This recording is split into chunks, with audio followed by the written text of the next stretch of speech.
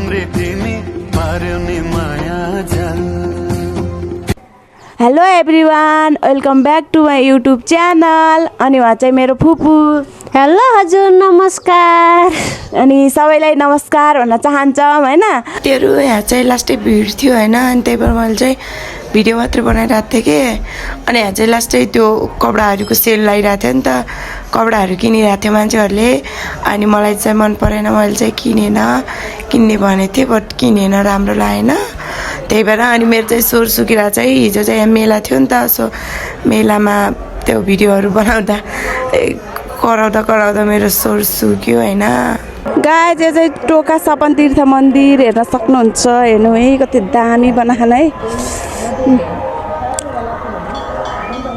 हामी चाहिँ उता अगाडि जानु लाग्यो के त्यो बहिनीलाई गर्न। मान्छेहरू त कति छ हेर्न सक्नुहुन्छ। आज नयाँ वर्ष हो नि त, 6-7 दिनसम्म लाग्छ अरे क्या। अनि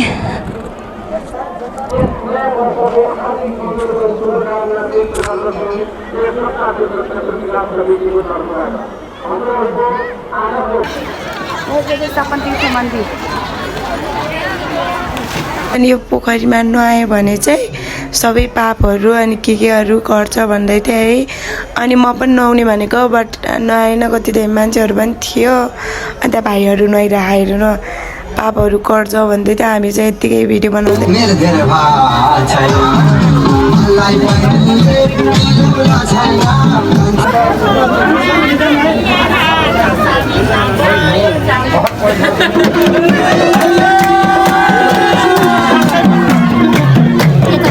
चाहिँ हामी चाहिँ दोहोरी हेरेर यता आएको थियो क्या एकछिन।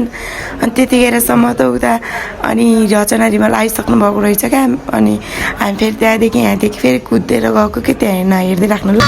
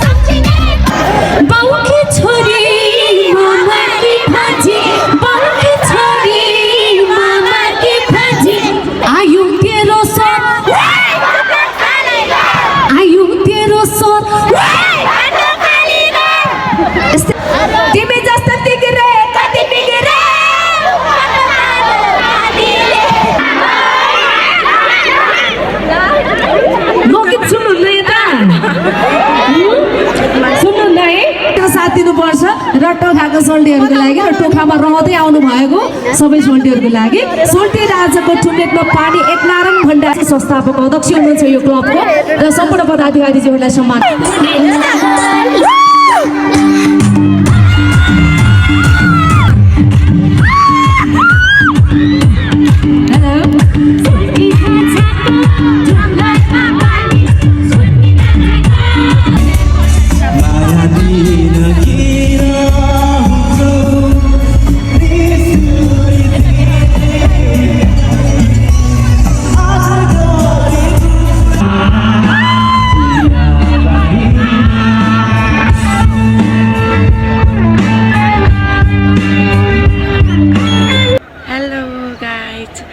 अनि मैले चाहिँ आज चाहिँ सेकेन्ड दिन भइसक्यो होइन। आज चाहिँ 2 गते भयो। अनि हिजो चाहिँ मैले ब्लग बनाएको थिएँ कि नयाँ वर्षको हाम्रो टोकामा चाहिँ मेला लगाइरहेको थियो। अनि त्यहाँ मेलामा चाहिँ हिजो रमाइलो गरेर मेरो स्वर त सुकिसक्यो। अनि आज चाहिँ सेकेन्ड दिन। आज चाहिँ हाम्रो पूजाहरू विदेश जाँदै हुनुहुन्थ्यो, सो मैले चाहिँ त्यो भिडियोहरू बनाएको छु। अनि यसमा एड गर्छु होला है। अनि यो चाहिँ टोकाको भ्यू है, देख्न सक्नुहुन्छ। यहाँ चाहिँ मेला लगाइरहेछ कि 7 दिनसम्म सेलहरू लगाइरहेछ नयाँ वर्षको। अनि यहाँ चाहिँ नयाँ वर्ष लास्टै रमाइलो हुँदो रहेछ क्या। अन्त मेरो चाहिँ स्वर सुकेर के भयो गाइजहरू यस्तै हो, हेर्न सक्नुहुन्छ पछाडिको भ्यू चाहिँ राम्रो छ है। गाइज मलाई चाहिँ भ्लग चाहिँ बनाउन आउँदैन, मतलब बोल्न पनि आउँदैन। अनि त्यही पनि जबरजस्ती जे मलाई त्यही बनाइरहेको छु है। अनि जोर सुकेर यस्तै भइरहेछ। अनि गाइस हामी चाहिँ एयरपोर्ट आइसक्यौँ। एयरपोर्ट हामी चाहिँ एयरपोर्ट आइसक्यो पुसाइलाई पुऱ्याउन। हेर्न सक्नुहुन्छ काठमाडौँको एयरपोर्ट। साथीहरू हामी चाहिँ त्यहाँ टिका लाउँदै थियो कि खाता लाउँदै थियो। अनि त्यसपछि त्यो भिडियोहरू बनाएँ। मलाई चाहिँ बोल्न पनि भुलाएन, कस्तो नराम्रो लागिरहेको थियो नि त। जति भए पनि अब नेपालदेखि अब अरू देश जाँदाखेरि नराम्रो लागिहाल्छ नि त। अनि एउटा हाम्रो दादा र पुसाइ हुनुहुन्थ्यो दुइटा। अनि पुसाइहरू पनि निराश हुनुहुन्थ्यो। त्यही भएर हामीले टिका सिका लगायो अनि खाता लाएर बिदाई गऱ्यौँ होइन। अब सेफ फ्लाइट भन्न चाहेँ है मैले यहीँदेखि। अनि राम्रोसँग जानु होला अब बाहिर देशमा गएर। अनि राम्रोसँग गर्नु होला, आफ्नो देश जस्तो पनि हुँदैन होइन। राम्रोसँग आफ्नो ख्याल राख्नु होला। अनि यहाँ चाहिँ सबैजना कस्तो रोइरहनु भएको थियो कि मलाई चाहिँ कस्तो नराम्रो लागिरहेको थियो। त्यही पनि बिदा दिनमा मान्छे चिनमा भने चाहिँ म चाहिँ भिडियो बनाउनतर्फ लागेँ, भिडियो बनाएँ है। त्यत्तिकै हामीहरू चाहिँ दादा र पुसाइलाई बिदाई गरेर फेरि हामी बौद्धतिर आएको थियो। बट मैले चाहिँ भिडियो बनाएन भित्र। अनि बौद्ध यतिकै हामी घुम्यो, दादा र म आएको थियौँ।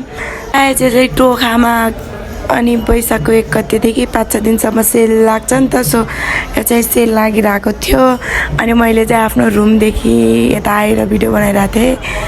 अनि भिडियो यति नै हो। Thank you for watching guys. Video हेरिदिनु होला, लाइक कमेन्ट सेयर सब्सक्राइब गरिदिनु होला।